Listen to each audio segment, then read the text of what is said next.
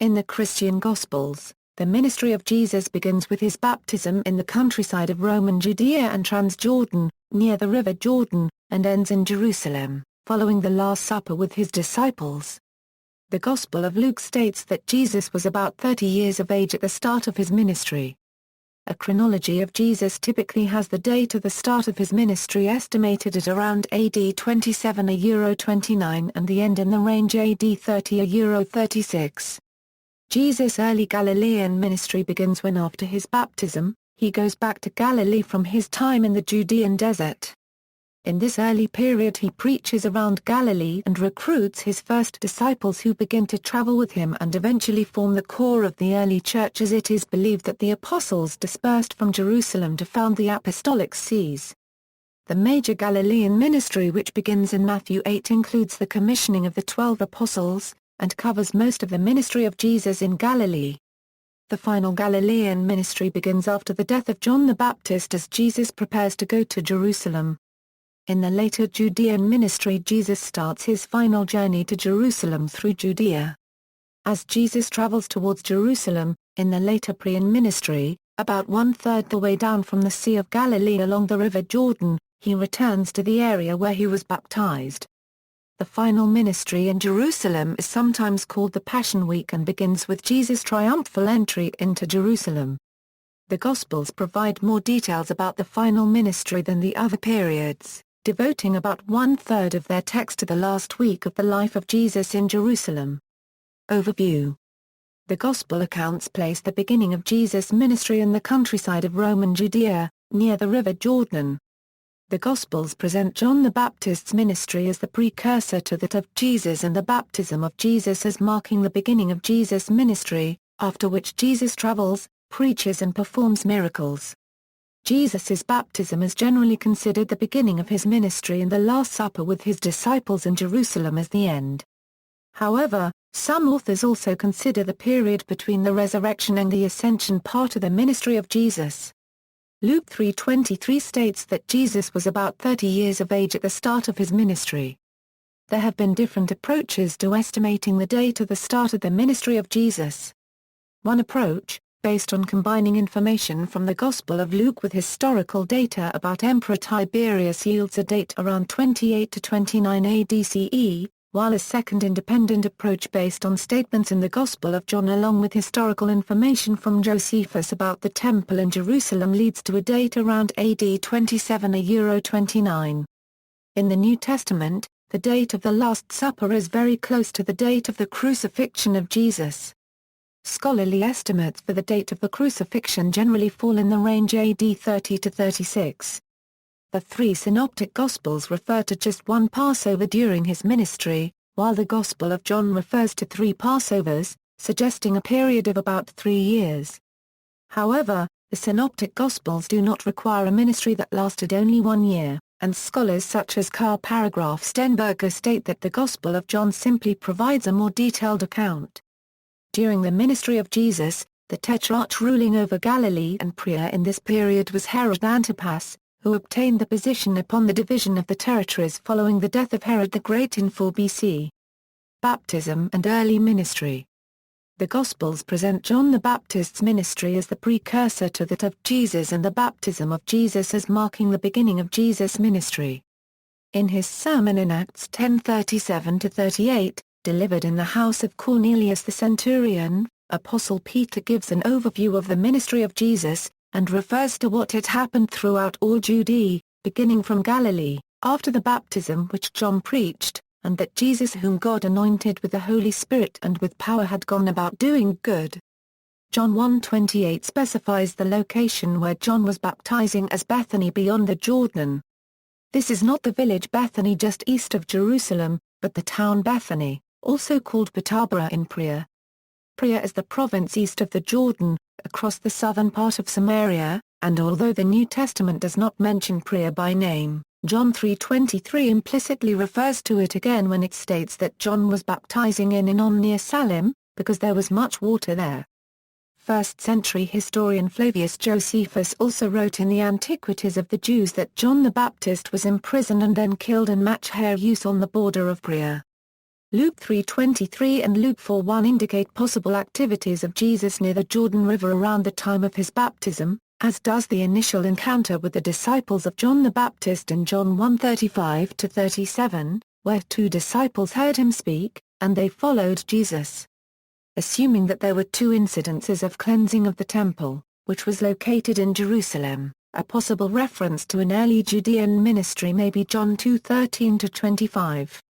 Ministry in Galilee Early Galilean ministry The early Galilean ministry begins when Jesus goes back to Galilee from the Judean desert, after rebuffing the temptation of Satan.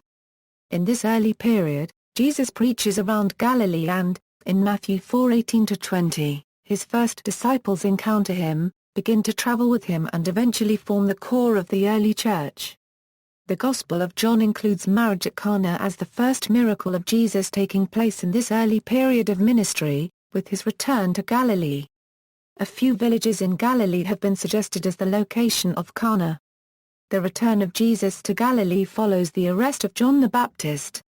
The early teachings of Jesus result in his rejection at his hometown when in Luke 4:16-30 Jesus says in a synagogue, "No prophet is acceptable in his own country," and the people reject him. In this early period, Jesus' reputation begins to spread throughout Galilee. In Mark 1:21-28 and Luke 4:31-37, Jesus goes to Capernaum, where people are astonished at his teaching. For his word was with authority, in the exorcism at the synagogue in Capernaum episode, which is followed by healing the mother of Peter's wife. Luke 5:1-11 includes the first miraculous draught of fishes episode in which Jesus tells Peter, "Now on you will catch men."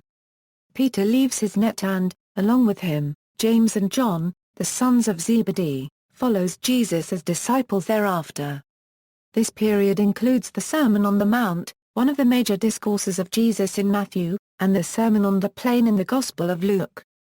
The Sermon on the Mount, which covers chapters 5, 6 and 7 of the Gospel of Matthew, is the first of the 5 discourses of Matthew and is the longest piece of teaching from Jesus in the New Testament. It encapsulates many of the moral teaching of Jesus and includes the Beatitudes in the widely recited Lord's Prayer. The Beatitudes are expressed as 8 blessings in the Sermon on the Mount in Matthew, and 4 similar blessings appear in the Sermon on the Plain in Luke, where they are followed by 4 woes that mirror the blessings. The Beatitudes present the highest ideals of the teachings of Jesus on mercy, spirituality and compassion. Major Galilean ministry The Major Galilean ministry, also called the Great Galilean ministry, begins in Matthew 8, after the Sermon on the Mount and refers to activities up to the death of John the Baptist. The beginnings of this period include the centurion's servant and calming the storm, both dealing with the theme of faith and fear. When the centurion shows faith in Jesus by requesting a healing at a distance, Jesus commends him for his exceptional faith.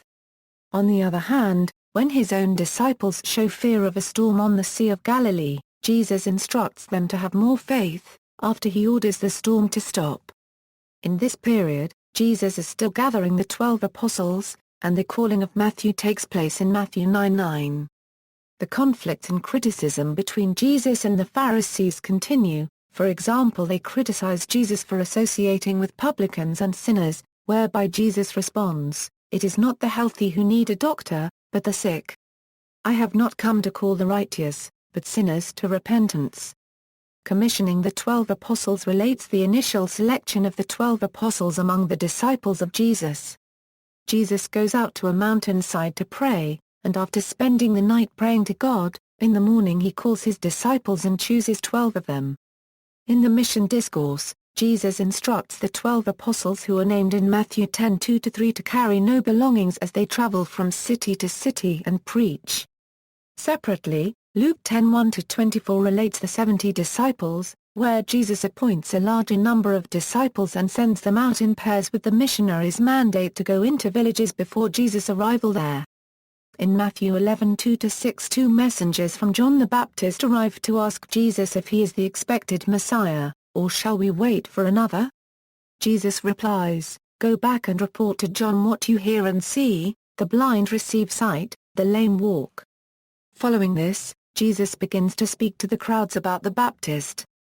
This period is rich in parables and teachings and includes the Parabolic Discourse, which provides many of the parables for the kingdom of heaven, beginning in Matthew 13:1. These include the parables of the sower, the tares, the mustard seed and the leaven, addressed to the public at large, as well as the hidden treasure, the pearl and drawing in the net. Final Galilean ministry equals. The Final Galilean ministry begins after the death of John the Baptist, and includes the feeding the 5,000 and walking on water episodes, both in Matthew 14. After hearing of the Baptist's death, Jesus withdraws by boat privately to a solitary place near Bethsaida, where he addresses the crowds who had followed him on foot from the towns, and feeds them all with 5 loaves and 2 fish supplied by a boy. Following this, the Gospels present the walking on water episode in Matthew 14:22-23, Mark 6:45-52 and John 6:16-21 as an important step in developing the relationship between Jesus and his disciples, at this stage of his ministry. The episode emphasizes the importance of faith by stating that, when he attempted to walk on water, Peter began to sink when he lost faith and became afraid. At the end of the episode, the disciples increase their faith in Jesus, and, in Matthew 14:33, they say, "Of a truth thou art the Son of God." Major teachings in this period include the discourse on defilements in Matthew 15:1-20 and Mark 7:1-23 where, in response to a complaint from the Pharisees, Jesus states, "What goes into a man's mouth does not make him unclean, but what comes out of his mouth, that is what makes him unclean." Following this episode, Jesus withdraws into the parts of Tyre and Sidon near the Mediterranean Sea, where the Canaanite woman's daughter episode takes place in Matthew 15:21-28 and Mark 7:24-30. This episode is an example of how Jesus emphasizes the value of faith, telling the woman, "Woman, you have great faith. Your request is granted." The importance of faith is also emphasized in the cleansing 10 lepers episode in Luke 17:11-19. In the Gospel of Mark, after passing through Sidon, Jesus enters the region of the Decapolis, a group of 10 cities southeast of Galilee, where the healing the deaf-mute miracle is reported in Mark 7:31-37. After the healing, the disciples say, "He even makes the deaf hear and the mute speak." The episode is the last in a series of narrated miracles which builds up to Peter's proclamation of Jesus as Christ in Mark 8:29. Judea and prayer to Jerusalem. Later Judean ministry in this period, Jesus starts his final journey to Jerusalem by going around Samaria, through Perea and on through Judea to Jerusalem. At the beginning of this period, Jesus predicts his death for the first time, and this prediction then builds up to the other 2 episodes, the final prediction being just before Jesus enters Jerusalem for the last time, the week of his crucifixion. In Matthew 16:21-28 and Mark 8:31-33, Jesus teaches his disciples that the Son of Man must suffer many things and be rejected by the elders, chief priests and teachers of the law, and that he must be killed and after 3 days rise again. Later in this period, at about the middle of each of the 3 synoptic Gospels, 2 related episodes mark a turning point in the ministry of Jesus, the confession of Peter and the transfiguration of Jesus. These episodes begin in Caesarea Philippi, just north of the Sea of Galilee, at the beginning of the final journey to Jerusalem which ends in the Passion and Resurrection of Jesus. These episodes mark the beginnings of the gradual disclosure of the identity of Jesus as the Messiah to his disciples, and his prediction of his own suffering and death. Peter's confession begins as a dialogue between Jesus and his disciples in Matthew 16:13, Mark 8:27 and Luke 9:18. Jesus asks his disciples, "But who do you say that I am?" Simon Peter answers him, "You are the Christ, the Son of the living God." In Matthew 16:17, Jesus blesses Peter for his answer, and states, "Flesh and blood hath not revealed it unto thee, but my Father who is in heaven." In blessing Peter, Jesus not only accepts the titles Christ and Son of God, which Peter attributes to him, but declares the proclamation a divine revelation by stating that his Father in heaven had revealed it to Peter. In this assertion, by endorsing both titles as divine revelation, Jesus unequivocally declares himself to be both Christ and the Son of God. In the Gospel of Matthew, Following this episode, Jesus also selects Peter as the leader of the apostles, and states that upon this rock I will build my church. In Matthew 16:18 Jesus then continues, that thou art Peter, and upon this rock I will build my church. The word church as used here, appears in the Gospels only once more, in Matthew 18:17, and refers to the community of believers at the time. Later Brian ministry following the proclamation by Peter, the account of the Transfiguration of Jesus is the next major event and appears in Matthew 17:1-9, Mark 9:2-8 and Luke 9:28-36. Jesus takes Peter and 2 other apostles with him and goes up to a mountain, which is not named. Once on the mountain, Matthew states that Jesus was transfigured before them. His face shining as the sun, and his garments became white as the light. At that point, the prophets Elijah and Moses appear and Jesus begins to talk to them. Luke is specific in describing Jesus in a state of glory, with Luke 9:32 referring to they saw his glory. A bright cloud appears around them, and a voice from the cloud states, "This is my beloved Son, with whom I am well pleased. Listen to him." The Transfiguration not only supports the identity of Jesus as the Son of God but the statement "listen to him" identifies him as the messenger and mouthpiece of God. The significance is enhanced by the presence of Elijah and Moses, for it indicates to the apostles that Jesus is the voice of God, and, instead of Elijah or Moses, he should be listened to, by virtue of his filial relationship with God. 2 Peter 1:16-18 echoes the same message. At the Transfiguration, God assigns to Jesus a special honor and glory, and it is the turning point at which God exalts Jesus above all other powers in creation. Many of the episodes in the later Judean ministry are from the Gospel of Luke but, in general, these sequence of episodes in Luke do not provide enough geographical information to determine prior, though scholars generally assume that the route Jesus followed from Galilee to Jerusalem passed through prior. However, the Gospel of John does state that he returned to the area where he was baptized, and John 10:40-42 states that many people believed in him beyond the Jordan, saying all things whatsoever John spake of this man were true. The area where Jesus was baptized is inferred as the vicinity of the Prior area, given the activities of the Baptist in Bethabara and Anon in John 1:28 and 3:23. This period of ministry includes the Discourse on the Church, in which Jesus anticipates a future community of followers and explains the role of his apostles in leading it. It includes the parables of the lost sheep and the unforgiving servant in Matthew 18, which also refer to the kingdom of heaven. The general theme of the discourse is the anticipation of a future community of followers, and the role of his apostles in leading it. Addressing his apostles in Matthew 18:18, Jesus states, "Truly, I say to you, whatever you bind on earth shall be bound in heaven, and whatever you loose on earth shall be loosed in heaven." The discourse emphasizes the importance of humility and self-sacrifice as the high virtues within the anticipated community. It teaches that in the kingdom of God, it is personal humility that matters, not social prominence and clout. At the end of this period, the Gospel of John includes the Raising of Lazarus episode in John 11:1-46, in which Jesus brings Lazarus of Bethany back to life 4 days after his burial. In the Gospel of John, the Raising of Lazarus is the climax of the 7 signs, which gradually confirm the identity of Jesus as the Son of God and the expected Messiah. It is also a pivotal episode which starts the chain of events that leads to the crowd seeking Jesus on his triumphal entry into Jerusalem, leading to the decision of Caiaphas and the Sanhedrin to plan to kill Jesus. Final ministry in Jerusalem. The final ministry in Jerusalem is traditionally called the Passion and begins with Jesus' triumphal entry into Jerusalem early in the week that includes the Last Supper, and liturgically marked by Holy Week. The Gospels pay special attention to the account of the last week of the life of Jesus in Jerusalem, and the narrative amounts to about 1/3 of the text of the 4 Gospels, showing its theological significance in Christian thought in the early Church.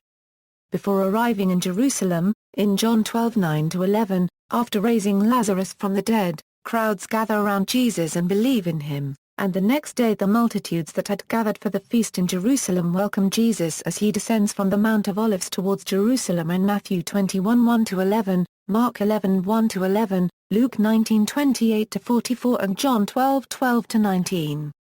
In Luke 19:41-44, as Jesus approaches Jerusalem, he looks at the city and weeps over it, foretelling the suffering that awaits the city. In the three synoptic Gospels, entry into Jerusalem is followed by the cleansing of the temple episode, in which Jesus expels the money changers from the temple, accusing them of turning the temple to a den of thieves through their commercial activities. This is the only account of Jesus using physical force in any of the Gospels. The synoptics include a number of well-known parables and sermons such as the widow's mite and the second coming prophecy during the week that follows. In that week, the synoptics also narrate conflicts between Jesus and the elders of the Jews, in episodes such as the authority of Jesus questioned and the woes of the Pharisees, in which Jesus criticizes their hypocrisy. Judas Iscariot, one of the 12 apostles, approaches the Jewish elders and performs the bargain of Judas in which he accepts to betray Jesus and hand him over to the elders. Matthew specifies the price as 30 silver coins. In Matthew 24, Mark 13 and Luke 21, Jesus provides a discourse on the end times, which is also called the Olivet Discourse because it was given on the Mount of Olives. The discourse is mostly about judgment and the expected conduct of the followers of Jesus, and the need for vigilance by the followers in view of the coming judgment. The discourse is generally viewed as referring both to the coming destruction of the temple in Jerusalem, as well as the end times and second coming of Christ, but the many scholarly opinions about which verses refer to which event remain divided. A key episode in the final part of the ministry of Jesus is the Last Supper, which includes the institution of the Eucharist. In Matthew 26:26-29, Mark 14:22-25, Luke 22:19-20 during the Last Supper, Jesus takes bread, breaks it and gives it to the disciples, saying, "This is my body which is given for you." He also gives them the cup to drink, saying this is his blood. While it may have been fermented, none of the biblical accounts refer to it as wine, but rather as the fruit of the vine, or the cup. In 1 Corinthians 11:23-26, Paul the Apostle refers to the Last Supper. The Gospel of John 14-17 concludes the Last Supper with a long, 3-chapter sermon known as the Farewell Discourse, which prepares the disciples for the departure of Jesus.